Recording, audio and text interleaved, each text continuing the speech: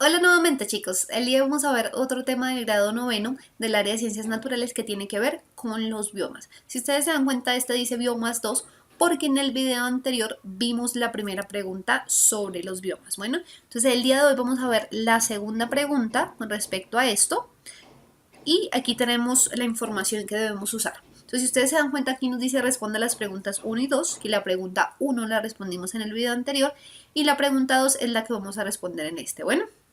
Entonces aquí tenemos básicamente varios biomas, el clima de esos biomas, la vegetación y la fauna. Y para quienes no recuerdan qué es un bioma, básicamente un bioma es un conjunto de ecosistemas que comparten el mismo clima, la misma flora y la misma fauna. Entonces, conjunto de ecosistemas que comparten clima, flora y fauna. Entonces, que comparten clima, flora y fauna. Muy bien, ¿listo? Entonces, básicamente un bioma es un ecosistema, bueno, o el conjunto de ecosistemas o la unión de varios lugares en el planeta que tienen características similares, como características de clima similares, flora y fauna. Por ejemplo, nosotros vemos aquí la selva amazónica, ¿cierto? Y puede haber una selva en Asia o en Europa, y esa selva, como también es una selva igual que la de acá, va a compartir las mismas características. Entonces, por ejemplo, va a tener un clima lluvioso, va a tener gran cantidad de árboles, va a tener gran cantidad de reptiles, etcétera, etcétera. ¿Listo? Entonces, ese es un bioma. No necesariamente tienen que estar en el mismo lugar, geográficamente hablando, pero sí tienen que estar bajo condiciones similares, alturas similares y clima similar, flora y fauna similares. ¿Listo? Entonces eso es un bioma. En dos ejemplos, pues tenemos varios, ¿no? De los que están en la tablita, tenemos la selva, el desierto, la sabana, etcétera, etcétera. ¿Listo? O lo mismo ustedes pueden verlo con el desierto. Por ejemplo, acá en Colombia tenemos el desierto de la Tatacoa y en África tiene el desierto del Sahara, que cubre básicamente diferentes países en África. Y el desierto de la Tatacoa y el desierto del Sahara comparten características como por ejemplo los dos son áridos, los dos tienen vegetación igual como por ejemplo los cactus, tienen animalitos similares, por ejemplo las arañitas, las serpientes, todo este tipo de animales están en el desierto de la Tatacoa y en el desierto del Sahara. Bueno, entonces, eso es un bioma, bueno, para que no se nos olvide. Ahora hay diferentes tipos de bioma como los que vemos acá. Primero me dice que es la selva, tiene un clima bastante lluvioso, dice de 200 milímetros de precipitaciones, básicamente es bastante. Eso ayuda a que la vegetación sea más abundante y que hayan árboles de más de 40 metros de altura, esos son árboles altísimos, que hayan arbustos, parásitas y epífitas, y que en cuanto a fauna también haya más diversidad porque hay bastantes aves, reptiles, insectos y monos. Ahora vamos para la sabana, tiene un clima tropical con una estación seca y una estación lluviosa, es básicamente como pasa muchas veces aquí en la sabana de Bogotá, que nosotros no tenemos estaciones y si ustedes se dan cuenta en Colombia en general no hay estaciones como tal, pero sí tenemos épocas en las que llueve un poco más y en las que también es un poco más seco. Bueno, entonces básicamente ese sería la sabana. En la sabana hay pastizales altos y árboles dispersos. Si ustedes se dan cuenta, aquí en la sabana de Bogotá hay bastante vegetación diversa. Hay arbustos grandes, hay árboles también grandísimos, hay pastizales altos, perdón. Por eso es que hay tantas vaquitas y la vegetación realmente es muy diversa, ¿no? Y por eso hay fauna diversa también. Hay pumas, lagartijas, iguanas, pirañas, reptiles. Ahora pasemos a la estepa, que es semiárido, o sea, es básicamente un clima que no es desértico como tal, pero tampoco tiene tanta vegetación. Dice que en este clima o en este bioma hay pastos cortos y duros, arbustos espinosos. Claro, como no hay casi precipitaciones, o sea, no hay casi lluvia, pues no pueden crecer árboles grandes, ¿listo? Entonces hay pastos cortos y arbustos también pequeñitos. En este ecosistema habitan animalitos como los zorros, los coyotes, los ñandúes, las molitas y los peludos. Bueno, ahora tenemos el desierto, que sí es completamente árido. Ustedes lo han visto alguna vez, yo creo, así no sea en la vida real, ustedes al menos lo han visto en fotos. Y en este tipo de ecosistemas hay plantas xerófilas de raíces largas espinosas como el cactus. O sea, básicamente son plantas que no necesitan de tanta agua o tienen raíces largas para poder extraer el agua subterráneamente, porque pues en la superficie no la hay, como si la hay en otros ambientes. Entonces están diseñadas para vivir en esas condiciones bastante extremas. Bueno, y en cuanto a fauna tenemos escorpiones, lagartos, serpientes y roedores. Todos estos animalitos, si ustedes se dan cuenta, por lo general son capaces de vivir bajo la tierra. ¿Por qué? Pues porque como hace demasiado sol, es demasiado caliente, pues ellos no se pueden estar tanto tiempo en la superficie. Bueno, ahora miremos la pradera, dice templado oceánico, o sea, es un clima que no es ni muy caliente ni muy frío, pero está al lado del océano, básicamente. En este clima hay pastos siempre verdes, gramíneas y leguminosas. Entonces hay pasticos ahí que siempre están frondosos, digámoslo de alguna manera. Bueno, y de fauna tenemos nutrias, castores, vizcayas, perdices, homeros, teros, bisontes y mulitas. Por lo general estos animalitos, si ustedes se dan cuenta, son bastante pequeños, exceptuando los bisontes. Ahora tenemos el bosque caducifolio, que tiene un clima de frío oceánico. Es bastante frío y está cerca al océano. Tiene como vegetación un bosque mixto, que tiene arces, álamos, fresnos, olmos, tilos, robles. Estos árboles son bastante grandes. Y como fauna tiene osos, antílopes y castores. ¿Listo? Ahora veamos la taiga. La taiga tiene frío continental. Este ya es un frío, pero es cuando no está cerca al mar, o sea, está dentro del continente como tal, no está en las costas. Y este ecosistema o este bioma tiene una vegetación de bosque de coníferas, abetos, alerces, pinos, cedros, etc. ¿Listo? Este sería un clima, por ejemplo, como el de la parte norte de Estados Unidos, no la que queda cerca de las costas, sino más hacia adentro, donde es bastante frío y tiene este tipo de vegetación.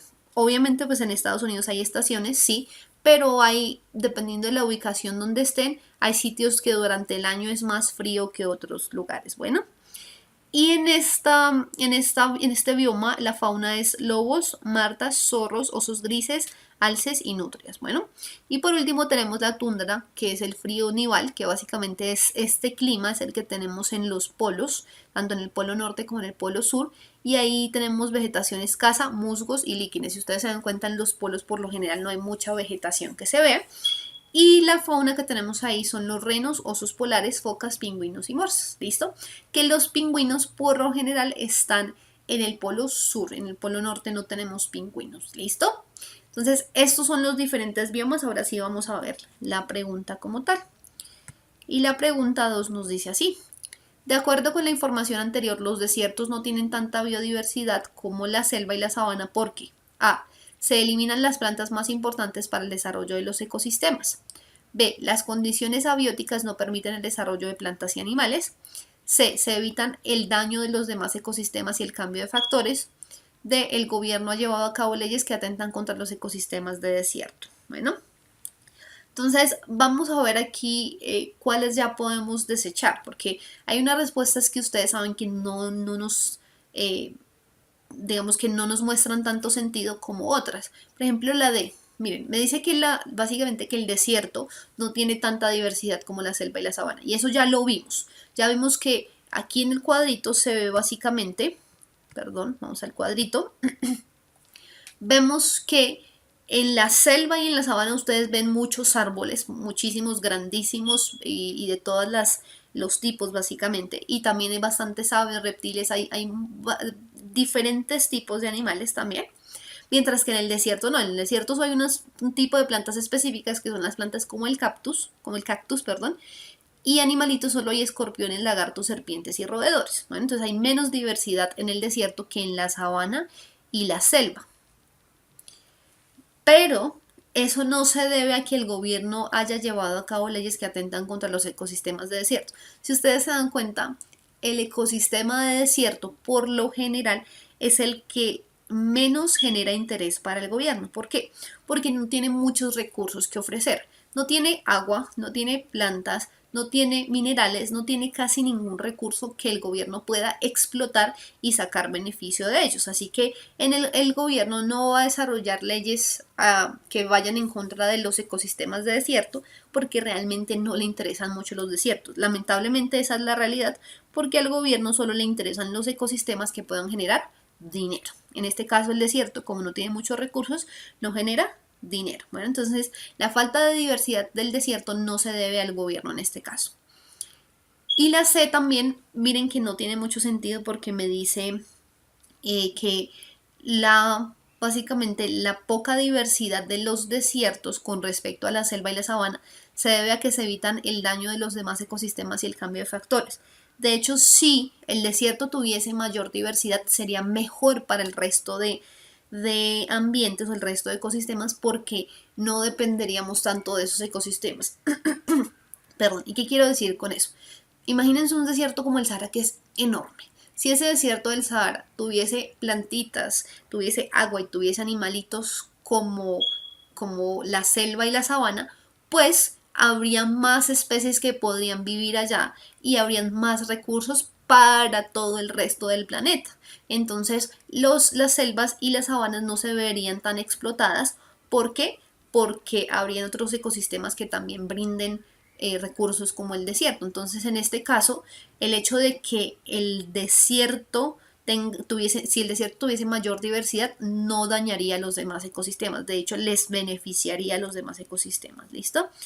Entonces, eso tampoco es. Y pues quedamos entre la A y la B. La B me dice básicamente, perdón, la A me dice, se eliminan las plantas más importantes para el desarrollo de los ecosistemas. Miren lo siguiente, en este caso no es que en el desierto las plantas se eliminen, no.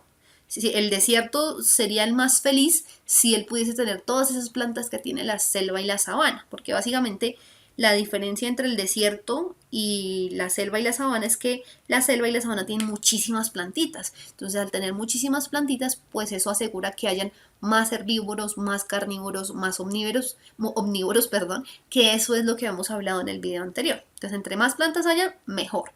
Entonces, el desierto no va a eliminar plantas. Lo que pasa es que las plantitas no tienen los recursos para sobrevivir en ese ambiente. ¿Qué pasa, por ejemplo? Pensemos en no sé en qué arbolito, en un arbolito de guayaba, por ejemplo. El arbolito de guayaba para poder vivir necesita de agüita, bastante agüita, necesita de nutrientes del suelo, necesita de la luz solar, ¿cierto? Para pues hacer el proceso de fotosíntesis y producir su propio alimento y así también dar alimento y oxígeno a los demás seres vivos. Pero en el desierto no hay mucha agua. ¿Listo? Entonces, si no hay agua, pues no hay minerales. Entonces, la plantita, por ejemplo, el arbolito de guayaba, en el desierto no tendría agüita, no tendría minerales. Lo único que tendría es luz solar y en demasiadas cantidades. Y la plantita de guayaba no está diseñada para poder filtrar o para poder bloquear mucha de esa luz solar. Por ejemplo, un cactus está diseñado para vivir con pocas cantidades de agua, uno, y también está diseñado para que la cantidad de luz que recibe en el desierto no le haga daño, mientras que una plantita de guayaba no. Entonces, en este caso no es que el desierto elimine las plantas necesarias para el desarrollo de los ecosistemas, sino que no existen las condiciones abióticas para el desarrollo de plantas y animales. ¿Qué quiere decir condiciones abióticas? Básicamente son todas aquellas condiciones que no tienen vida, pero que sí ayudan para la vida. ¿A qué me refiero con eso? ¿El agua tiene vida? ¿El agua es un ser vivo? No, el agua no es un ser vivo. ¿Pero el agua da vida? Sí, porque por ejemplo yo no podría vivir sin agua porque me deshidrato y si me deshidrato, muero. Entonces, esos factores abióticos como el agua, como los nutrientes, como los minerales, todo ese tipo de cosas no tienen vida, pero sí ayudan para que las plantitas tengan vida y desarrollen su propio alimento. Y con eso, pues también desarrollan más animalitos porque acuérdense que básicamente hay muchos animalitos que dependen de las plantas. Lo mismo, si no hay agua, imagínense que va a haber, por ejemplo, una vaquita en el desierto, ¿no va a poder beber? Nada. Bueno, entonces en este caso, la A no es, pero la respuesta correcta es la B, ¿listo? Porque las condiciones del desierto no son las requeridas para que las plantitas y los animales puedan vivir. O sea, me refiero a diferentes tipos de plantas y diferentes animales. Bueno, entonces ya tenemos la respuesta a esta pregunta, así que nos vemos en una próxima oportunidad. Chao.